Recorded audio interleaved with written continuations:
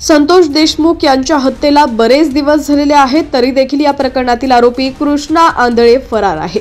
कृष्णा आंधळेनं जर काही पुरावे नष्ट केले तर याची जबाबदारी प्रशासनाची राहील असं वक्तव्य सरपंच संतोष देशमुख यांचे बंधू धनंजय देशमुख यांनी केलंय। यानंतर भाजप नेते सुरेश धस यांनी देखील धनंजय देशमुख याची भीती चुकीची नसल्याचं व्यक्त केलंय। ते बीडमध्ये बोलत होते। काय म्हणाले सुरेश धस पाहूया। त्याआधी तुम्ही HPN मराठी न्यूज चॅनल पहिल्यांदाच पाहत असाल आणि अजूनही चॅनलला सबस्क्राइब केलं नसेल तर नक्की सबस्क्राइब करा, जेणेकरून आमचे अपडेट्स लवकरात लवकर तुमच्यापर्यंत पोहोचतील।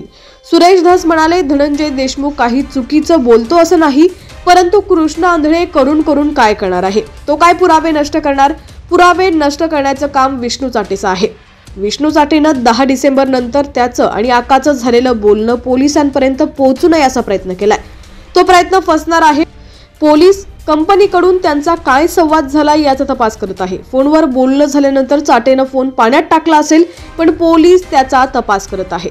सुरेश धस म्हणाले, धनंजय जी शंका व्यक्त करत आहेत त्याचा देखील पोलिसांनी तपास करावा।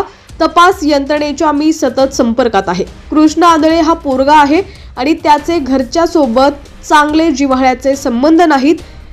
त्याचा घरच्यांवरती प्रेम नाहीये, काळजी नाही। तो निघाला की एकटाच निघतो। तो जाऊन कुठे जाणार? पोलिसांच्या पकडच्या बाहेर जाणार नाही। मी त्याच्या कुटुंबासोबत आहे। संतोष देशमुख यांचा शेवटचा माणूस सापडलाच पाहिजे। दुसरीकडे विष्णू चाटे याचा मोबाईल देखील अद्याप सापडलेला नाहीये, त्यामध्ये देखील पुरावे असण्याची शक्यता आहे। त्यामुळे या प्रकरणाची गंभीर दखल मुख्यमंत्र्यांनी घ्यावी अशी विनंती धनंजय देशमुखांनी केली आहे। तपास करताय या संदर्भात आम्ही डायरेक्ट SP साहेबांशी चर्चा केली। SP साहेब म्हणले आरोपी सापडल, पण तो खूपच शातीर आहे, अडचणी यायला तपास करायला, तो शोधायला।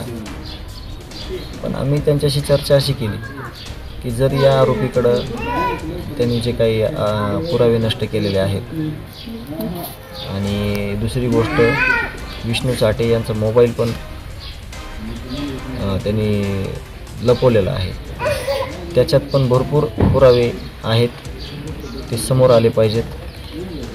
त्यांच्यावर फक्त पुरावा नष्ट केलेला गुन्हा दाखल करून आमचा काही उपयोग होणार नाही, त्याच्यातले गुन्हे बाहेर आले पाहिजेत। याच्यात जर कुठं कच्चा दुवा आमच्या प्रकरणामध्ये राहिला तर त्याचे सर्वस्वी जिम्मेदार ते प्रशासन राहील, यंत्रणा राहील आणि याची जिम्मेदारी ती मुख्यमंत्री साहेबांनी घ्यायला पाहिजे।